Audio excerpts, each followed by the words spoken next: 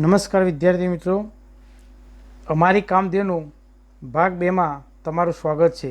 ભાગ 1ની અંદર આપણે કવિ પરિચય મેળવ્યો, શબ્દોના અર્થ જોયા, શબ્દ સમૂહ માટે એક શબ્દ જોયો અને એકમની સમજૂતી પણ મેળવી। હવે ભાગ 2ની અંદર આપણે પ્રશ્નોના જવાબની ચર્ચા કરવાની છે। પહેલો પ્રશ્ન છે, તમને કામધેનુ મળી જાય તો તમે શું કરશો? જો મને કામધેનુ મળી જાય તો મને ગમતું તમામ કામ હું એની પાસે કરાવું, જેમ કે ભૂખ લાગે તો ખાવાનું મગાવું, આઈસ્ક્રીમ મગાવું, મને કોઈ તકલીફ હોય તો તે દૂર કરાવું, મારા માતા પિતા જે ચિંતા કરે છે તે હું એને સોંપી દઉં। પ્રશ્ન 2, તમારા ઘરમાં કોઈ પ્રાણી પાળ્યું છે? કેમ? હા, મેં મારા ઘરે એક ભેંસ પાળી છે, કારણ કે ભેંસનું દૂધ મને બહુ ભાવે છે, તેથી હું ભેંસનું દૂધ પીવું છું। દૂધ ડેરીમાં ભરાવી અમે પૈસા કમાઈએ છીએ, ભેંસની પાડી સાથે રમવાની મજા આવે છે। પ્રશ્ન 3, તમે કોઈ પ્રાણી કથા સાંભળી છે? કઈ? હા, મેં ઘણી બધી પ્રાણી કથા સાંભળી છે, જેમાંથી સૌથી વધારે મને સિંહની દોસ્તી વાર્તા વધારે ગમે છે। તો સિંહની દોસ્તી વિશે જોઈએ તો જૂનાગઢથી નજીક મોટી મોણપરી ગામમાં માત્રાવાળા નામે દરબાર રહે। દરબાર લણણીના સમયે ધૂણા નજીકના ખેતરમાં બેઠા હતા। ધૂણામાં સિંહણ પાણી પીતા હતા, ત્યાં અચાનક સિંહણ પર મગરે હુમલો કર્યો। સિંહણની કાળના પંજામાંથી છોડાવવા ભારે મથામણ કરી, પણ એની કારી ફાવી નહીં। સિંહ કિનારે લાચાર બની ઊભો હતો, સિંહણના મોતનું વેર વારવા 2-3 દિવસ ત્યાં જ રાહ જોતો હતો। એક દિવસ મગર શિકાર માટે બહાર આવતા સિંહે વેર વારવા મગર પર હુમલો કર્યો, પણ સિંહ ખૂબ ઘવાયો। દરબાર માત્રાવાળાએ જીવના જોખમે સિંહની સેવા કરી, ત્યારથી સિંહ માત્રાવાળાનો મિત્ર બની ગયો, દરરોજ તેમની સાથે રહે। એક દિવસ દરબાર માત્રાવાળા બીમાર પડ્યા અને અંતે મૃત્યુ પામ્યા। સિંહ તેમની સ્મશાન યાત્રામાં જોડાયો। પોતાના મિત્રની અગ્નિ સંસ્કારની ક્રિયા પૂરી થતાં ભારે હૈયે સિંહ જંગલ તરફ ચાલતો થયો। 4, તમને કયું પ્રાણી સૌથી વધારે ગમે છે? શા માટે? પ્રાણીઓમાં સૌથી વધારે મને ગાય ગમે છે। તે પાલતુ પ્રાણી છે, તે પ્રેમાળ હોય છે, ગાયનું દૂધ ઊંચી ગુણવત્તાવાળું હોય છે, ધર્મમાં પણ સૌથી વધુ પવિત્ર ગાયને માનવામાં આવે છે, તેથી ધાર્મિક ક્રિયાઓમાં તેનો ઉપયોગ થાય છે। 5, પ્રાણીઓની સાર સંભાળ કઈ રીતે લઈ શકાય? પ્રાણીઓની સાર સંભાળ એક સ્વજનની જેમ લેવી જોઈએ। પ્રાણીઓને સમયસર ખાવાનું આપવું જોઈએ, પાણી આપવું જોઈએ, તેમને સ્વચ્છ અને ખુલ્લી જગ્યામાં બાંધવું જોઈએ, તેને કોઈ બીમારી થાય તો તરત જ તેની સારવાર કરાવવી જોઈએ, તેમની સાથે પ્રેમથી વર્તન કરવું જોઈએ। 6, તમને લાગે છે કે બોડી ગાયથી આખા ઘરનું ગુજરાન ચાલી શકે? હા, બોડી ગાયથી આખા ઘરનું ગુજરાન ચાલી શકે। લેખકે જે રીતે પોતાના પરિવારની વાત કરી છે એ રીતે ગુજરાન ચાલી શકે। ઘરમાં સભ્યો માપના એટલે કે 4 સભ્યોનું જ કુટુંબ હતું, તેથી ગુજરાન ચાલી શકે। પ્રશ્ન નંબર 2, પાઠને આધારે સાચા વિકલ્પ સામે ખરું કરો। અહીંયા એક વાક્ય આપ્યું છે, એના નીચે 3 વિકલ્પો આપ્યા છે। 3 વિકલ્પોમાંથી સાચું વિકલ્પ જે હોય એની સામે ખરાની નિશાની કરવાની છે। તો પહેલું વાક્ય જોઈએ તો બોડી ગાયને લાગુ પડતું નથી, જેનામાંથી કયું વાક્ય છે કે જે બોડી ગાયને લાગુ નથી પડતું? તો પારકાને પણ દોવા દે એ વાક્ય લાગુ પડતું નથી। બોડીનો વંશવેલો બહુ મોટો, કારણ કે બોડી દર 1.25 વર્ષે વિયાતી। 3, વાડીનો પીંપળો બોડી પીંપળો તરીકે ઓળખાયો, કારણ કે બોડીને પીંપળા નીચે દાટી હતી, તેથી વાડીનો પીંપળો બોડી પીંપળો તરીકે ઓળખાયો। પ્રશ્ન 3, વિગત વાંચો અને લેખકે આવું શા માટે કહ્યું હશે સમજાવો। તો પહેલું વાક્ય છે, એ ગઈ તે જ વર્ષે મારો કોલેજનો અભ્યાસ પૂરો થયો, મને નોકરી મળી, એ પણ કેવો અકસ્માત।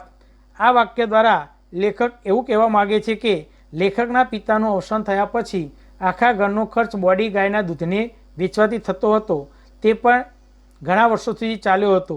જ્યારે બોડી ગાયનું મૃત્યુ થયું ત્યાં સુધીમાં તો લેખકનો અભ્યાસ પૂરો થઈ ગયો હતો અને એ જ વર્ષે તેમને નોકરી મળી ગઈ હતી। બીજું વાક્ય, જાનવરને મમતા આપો પછી જુઓ એ શું નથી આપતા।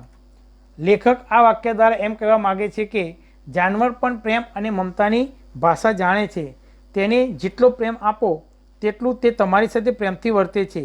જેમ કે લેખકના પિતાનું મૃત્યુ થયું પછી ઘરના ખર્ચની તમામ જવાબદારી બોડી ગાયે નિભાવી હતી। તેમના ઘરે ચોર આવેલા, એ વખતે ચોરને જોઈને બરાડા પાડીને ફળિયામાં સૌને જગાડે છે. જાનવર ઘણીવાર તો માલિકના મૃત્યુની સ્મશાન યાત્રામાં પણ જોડાય છે. પ્રશ્ન 4, આપેલ જાહેરાતને આધારે પ્રશ્નોના જવાબ આપો. બીજા 2 પ્રશ્નો બનાવી તેના જવાબ આપો. તો અહીંયા એક જાહેરાત આપેલી છે. જાહેરાત છે મેઘધનુષ્ય ડેરી પાર્લરની. એ તમારે સારી રીતે વાંચવાની છે અને એના પછી 4 પ્રશ્નોના જવાબ આપવાના છે. પ્રશ્ન 5 અને પ્રશ્ન 6 તમારે જાતે બનાવવાનો છે અને એના જવાબ પણ તમારે આપવાના છે. તો પહેલો પ્રશ્ન છે, તમારે માવો લેવો હોય તો કોનો સંપર્ક કરશો? અમારે માવો લેવો હોય તો અમે સુભાષભાઈ દૂધવાળાનો સંપર્ક કરશું. તે અમને બીજા પાસેથી માવો મંગાવી આપશે. બીજો પ્રશ્ન, મેઘધનુષ્ય ડેરી પાર્લર કેટલા વર્ષથી કાર્યરત છે? મેઘધનુષ્ય ડેરી પાર્લર 25 વર્ષથી એટલે કે 2.5 દાયકાથી કાર્યરત છે. ત્રીજો પ્રશ્ન, મેઘધનુષ્ય ડેરી પાર્લર મહિનામાં કેટલા દિવસ બંધ રહેશે? મેઘધનુષ્ય ડેરી પાર્લર મહિનામાં 1 જ દિવસ બંધ રહે છે. 4, આ ડેરીમાં કઈ વસ્તુઓ મળતી હશે? આ ડેરીમાં દૂધમાંથી બનતી માવા સિવાયની તમામ વસ્તુઓ મળતી હશે. હવે 5મો પ્રશ્ન અને 6થો પ્રશ્ન તમારે બનાવવાનો છે. 5મો પ્રશ્ન છે, એડવાન્સ બુકિંગ કરાવનારને કઈ સગવડ આપવામાં આવશે? તો કે એડવાન્સ બુકિંગ કરાવનારને હોમ ડિલિવરી મફત એટલે કે નિઃશુલ્ક કરી આપવામાં આવશે. 6, 2% વળતર કોને મળશે? તો કે 2% વળતર હોલસેલની ખરીદી કરનારને મળશે. પ્રશ્ન નંબર 5, વિકલ્પોમાંથી શબ્દનો અર્થ ધારો અને ચોરસ કરો. આ શબ્દવાળું વાક્ય પાઠમાંથી શોધીને લખો. અહીંયા એક શબ્દ આપવામાં આવ્યો છે, એની સામે 3 શબ્દો છે. એ 3 શબ્દોમાંથી સાચો અર્થ તમારે શોધવાનો છે અને એના આધારે પાઠમાં એને લગતું કયું વાક્ય આપ્યું છે એ પણ તમારે શોધવાનું છે. તો પહેલો શબ્દ છે શેર, તો એનો થાય ધાર. તો એનું વાક્ય છે, નાનું છોકરું આંચળમાં હાથ નાખી ખેંચે ને દૂધની શેર કાઢે તો એ કશું ન કરે. બીજો શબ્દ છે લાયણી, એનો અર્થ થાય વેચાણ. તો પાઠની અંદર એનું વાક્ય આપેલું છે, એના એટલે કે બોડીના દૂધની લાયણીના મહિને 25 રૂપિયા મળતા. ત્રીજો શબ્દ છે પેટીયું, તો એનો અર્થ થાય ગુજરાન. તો પાઠની અંદર વાક્ય આપેલું છે, નાનો ભાઈ અને નાની બહેન એટલા જ ઘરમાં એટલે અમારું પેટીયું નીકળતું. પ્રશ્ન નંબર 6, લીટી દોરેલા શબ્દ સમૂહની જગ્યાએ એક શબ્દ મૂકી વાક્ય ફરીથી લખો. આપણે ભાગ 1ની અંદર શબ્દ સમૂહ માટે એક શબ્દની અંદર એના અર્થ જોઈ ગયા છે. તો એનો ઉપયોગ કરી તમારે વાક્ય ફરીથી લખવાનું છે. પહેલું વાક્ય છે, મને તાજું ફીણવાળું દૂધ ખૂબ ભાવે. તો મને શેઢકડું દૂધ ખૂબ ભાવે. બીજું વાક્ય છે, મારા મિત્રની ઘેર જ્યારે જોઈએ ત્યારે દૂધ આપનારી ગાય છે. તો કે મારા મિત્રને ઘેર કામધેનુ છે. ત્રીજું વાક્ય, રામજીભાઈ એમની ભેંસની દરરોજ માલિશ કરે. રામજીભાઈ એમની ભેંસની દરરોજ ખરેરો કરે. પ્રશ્ન નંબર 7, ઉદાહરણ અનુસાર બીજા શબ્દ પાઠમાંથી શોધીને લખો. અહીંયા 3 શબ્દો આપેલા છે અને એવા જ બીજા 4 શબ્દો તમારે પાઠમાંથી શોધીને લખવાના છે. તો પહેલો શબ્દ આપ્યો છે વેરા, તો એનો વિરોધી શબ્દ થાય કવેરા. નિયમિત તો અનિયમિત. ચોખ્ખું એનો વિરોધી શબ્દ થાય ગંદુ. પાઠમાંથી આપેલા શબ્દો જોઈએ, હયાત તો એનો વિરોધી શબ્દ થાય મૃત્યુ. સુખ તો દુઃખ. સ્થિર અસ્થિર. પાપ તો એનો વિરોધી શબ્દ થાય પુણ્ય. પ્રશ્ન નંબર 8, યોગ્ય શબ્દ પસંદ કરીને ખાલી જગ્યા પૂરો. અહીંયા કૌંસમાં શબ્દો આપેલા છે, તો એ શબ્દોનો ઉપયોગ કરી તમારે ફકરો પૂરો કરવાનો છે. તો કે બોડી ગાય ગરીબડા સ્વભાવની હતી, તેનું ગાઢું દૂધ અમે પીતા. શ્રદ્ધાળુ લોકો સારા નરસા પ્રસંગે બોડીનું શાણ લેવા આવતા. એકવાર બોડીને જાનવર કર્યું, બાએ કેટલાય ઉપાયો કર્યા.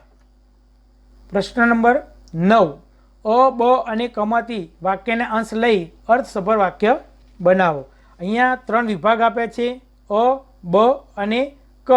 ત્રણેયમાંથી શબ્દો કે વાક્યો લઈ તમારે અર્થસભર વાક્ય બનાવવાનું છે. તો પહેલું જોઈએ તો બોડી ગાય, તો એને લગતું શબ્દ છે કુટુંબની. તો કમાંથી એનું વાક્ય છે કામધેનુ હતી. બીજો શબ્દ છે બોડીનું. બમાંથી એને લગતો શબ્દ છે શાણ. કમાંથી એને લગતો શબ્દ છે સારા નશા પ્રસંગે લઈ જતા. 3 પીપળો. બમાંથી શબ્દ જોઈએ તો આજે અને એને લગતો શબ્દ છે બોડી પીપળો કહેવાય છે. 4 ખરી પરીક્ષા. બમાંથી સમયે અને કમાંથી બોડી અમારો લોકોનો સહારો.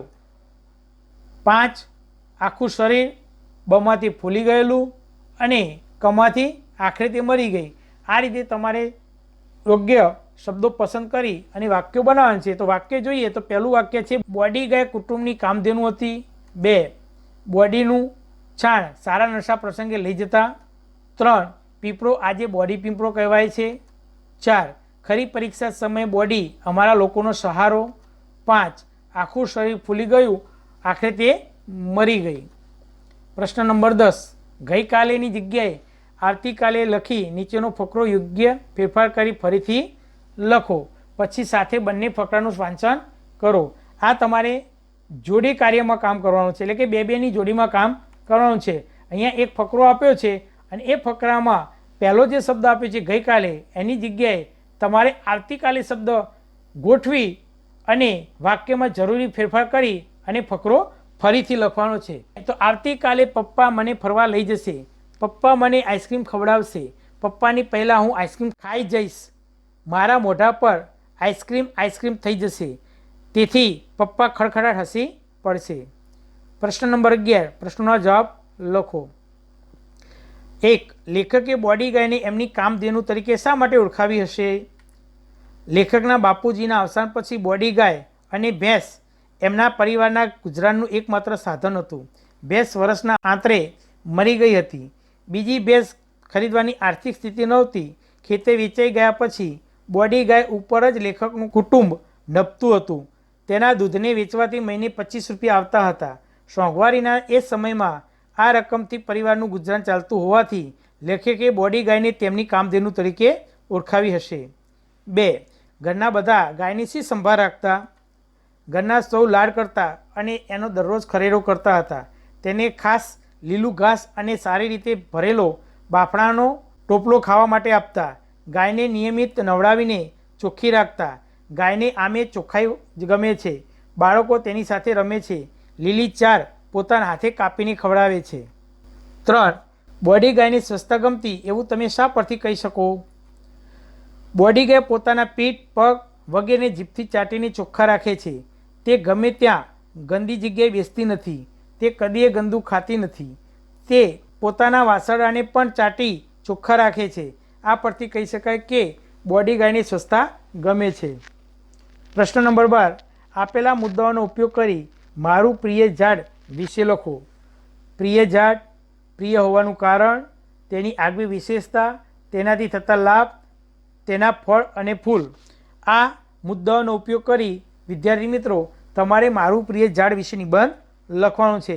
મારું પ્રિય ઝાડ છે લીમડો. તો લીમડા વિશે જોઈએ તો લીમડાનું ઝાડ ઘટાદાર હોય છે. તે બધે જોવા મળે છે. લીમડાના મૂળિયા ઊંડા હોય છે. લીમડાના પાન કડવા હોય છે. લીલા પાનનો ધુમાડો કરવાથી મચ્છર ભાગી જાય છે.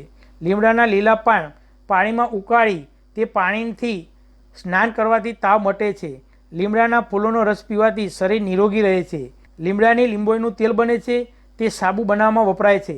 લીમડાની છાયા શીતળ હોય છે. તેની છાયામાં મુસાફરો અને પશુઓ આરામ કરે છે. લીમડો આપણને ખૂબ ઉપયોગી છે. પ્રશ્ન નંબર 13, મોટેથી વાંચો, સમજો, પછી ગુજરાતીમાં અર્થ કહો. અહીંયા એક અંગ્રેજી ફકરો આપ્યો છે, એ તમારે વાંચવાનો છે, સમજવાનો છે અને એનું પછી ગુજરાતી અર્થ કહેવાનો છે. અંગ્રેજી ફકરો આ પ્રમાણે છે, the cow is a domestic animal. It is found world wide in various size, shape and colors. The cow is a gentle and friendly animal. The cow milk is a rich source of high quality. એનો ગુજરાતી અર્થ જોઈએ, ગાય એ પાલતુ પ્રાણી છે. તે વિવિધ આકાર, કદ અને રંગમાં વિશ્વભરમાં જોવા મળે છે. ગાય એ પ્રેમાળ અને મળતાળું પ્રાણી છે. ગાયનું દૂધ ઊંચી ગુણવત્તાવાળું હોય છે. વિદ્યાર્થી મિત્રો, તમે જો મારી ચેનલમાં નવા હોય તો ચેનલને સબસ્ક્રાઈબ કરો. જો તમને આ વિડીયો ગમ્યો હોય તો લાઈક કરો અને તમારા મિત્રો સાથે શેર કરો.